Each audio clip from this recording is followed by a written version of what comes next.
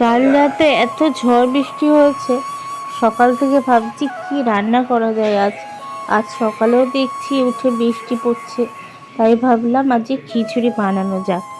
তাই খিচুড়ি সকাল সকাল বসিয়ে দিলাম, হয়েও গেছে।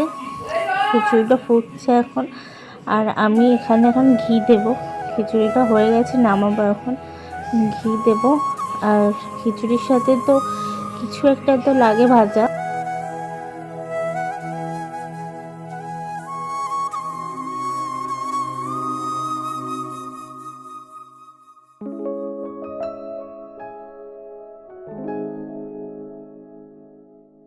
একটু বেগুন ভেজে নেব। খিচুড়ির সাথে বেগুন ভাজা আর ডিম ভাজা কিন্তু খুব ভালো যায়।